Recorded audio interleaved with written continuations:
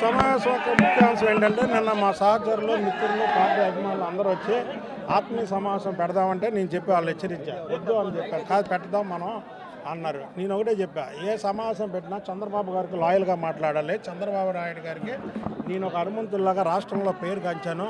Ticket ఇచ్చినా ఇవ్వకపోయినా ఆ పేరును పోగొట్టుకునే ఉద్దేశం అయితే నాకు లేదు, నా జీవితంలో లేదు. చంద్రబాబు నాయుడు గారు శ్రీరాముడు అయితే నేను హనుమంతుడిగానే బతుకుంటా తప్ప ఈ పదవుల కోసం చీప్ పాలిటిక్స్ లేకపోతే చీప్ రాజకీయాలు చేయడం అనేది కరెక్ట్ కాదు. చంద్రబాబు నాయుడు గారికి ఎప్పుడు లాయల్గానే ఉన్నాం. మనం చంద్రబాబు నాయుడు గారికి బుద్ధాయంకన్ అనేవాడు హనుమంతుడు లాయల్గా ఉంటాడు. ఆ పేరు నిందు మనం చెడగొట్టుకోవడం, టికెట్ ఇవ్వకపోతే పదవులు వస్తాయి పోతాయి. పదవి అనేది జ్వరం లాంటిది, వస్తుంది పోయిద్ది. దాని గురించి నాకున్న పేరుని పోగొట్టుకోమంటారా? చంద్రబాబు నాయుడుకి లాయల్ అనే పేరుని నేను ఎందుకు పోగొట్టుకున్నాను? చంద్రబాబు నాయుడు గారు అనేవాడు ఒక లెజెండ్. అలాంటి వ్యక్తికి బుద్ధ ఎంకన్నా హనుమంతుడిలాగా ఉంటాడంటే, ఒక రాంపంటలాగా ఉంటాడంటే అది పోగొట్టుకోమంటారా అన్నాను. నా సహచరులు మిత్రులను అడిగా, కరెక్టే అన్నారు. వద్దు, చంద్రబాబు నాయుడు గారు రూట్లోనే వెళ్దాం. ఆయన ఏ నిర్ణయం తీసుకుంటే దాన్ని కట్టుబడిందాం.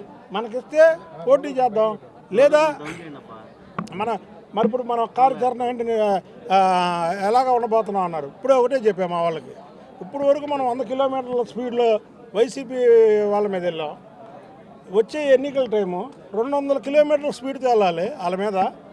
మనం చంద్రబాబు నాయుడు అనే వ్యక్తి లాయల్గా ఉండాలి. చంద్రబాబు నాయుడు గారు పవన్ కళ్యాణ్ గారు ఇద్దరు ఒక రాష్ట్రాన్ని బాగు చేద్దామని పొత్తుల్లో భాగంగా ఒక సీటు ఎక్కడన్నా ఏదన్నా మనకు జరిగినా సరే అందరూ కూడా ఇప్పటి వరకు మన దేవుడు అన్న వ్యక్తి మనకు సీటు ఇవ్వకపోతే వేరేగా మాట్లాడడం అనేది తప్పది. రాజకీయాల్లో కూడా లాయల్టీని అనేది ఒకటి ఉండాలి అనే దానికే మా వాళ్ళకి చెప్పా. మనం అది చూపిద్దాం. మనం వ్యతిరేకంగా మాట్లాడద్దు, మనం అది చూపిద్దాం. నేను ఎంతో ధైర్యంతో పోరాడా. ఇవాళ టికెట్లు ఇవ్వట్లేదని ప్రక్షించిన వాళ్ళు నాలో 1% కూడా పనిచేయాలి. బుద్ధ ఎంకన్ దాంట్లో 1% పనిచేయాలి. నేను ఎంత లాయల్గా ఉన్నా, ఆయన ఇచ్చిన ఇవ్వకపోయినా లాయలే. చంద్రబాబు నాయుడు నాకు దేవుడు అన్నా, దేవుడు కాకపోతాడా అంటే ఒకరోజుకి దేవుడు కాకపోతాడా? అది చెప్పడానికే నేను ఇక్కడికి వచ్చాను, అది వచ్చేవాడిని కాదు. చంద్రబాబు నాయుడు గారి కాలు రక్తంతో కడిగితే ప్రతి ఒక్కరు అంటే కొంతమంది ఏమో నీ ప్రేమ ఎంతో అన్నారు, కొంతమంది ఏమో నెగిటివ్గా చెప్పారు. నేను ఒకటి చెప్తున్న, భారతదేశంలో ఏ రాజకీయ నాయకుడికి రక్తంతో కాలు కడగల, కటౌట్ కాలు కడగల. నేను చరిత్రలో ఉండిపోతా. చంద్రబాబు నాయుడు గారు చరిత్రలో ఉండే మనిషి. చంద్రబాబు నాయుడు అనే వ్యక్తి చరిత్రలో ఉండే మనిషి.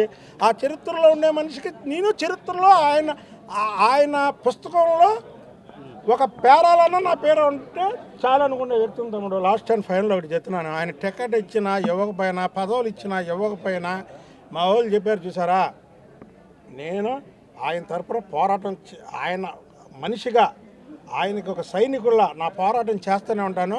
ఇక టికెట్ విషయం కూడా నేను ఎత్తను. ఆయన ఇచ్చినా ఇవ్వకపోయినా ఆయనకే నేను వదిలేస్తాను. కేసీఆర్ గారు కోబట్టి తమ్ముడు, వాడు పాత పరిచయాలు పెట్టుకొని కొంతమందితో నాకు టికెట్ రాకుండా అడ్డుపడుతున్నాడు. వాడేంటంటే నేను ఒక బలమైన శక్తి అవుతాను రేపు అని వాడు నాతో ఆట వాడే మొదలుపెట్టాడు. వాడి ఆట నేను క్లోజ్ చేస్తాను. నేను మొదలు పెట్టాల, నాతో ఆట కేసీఆర్ నానే మొదలుపెట్టాడు. కేసీఆర్ ఆటని క్లోజ్ చేస్తాను.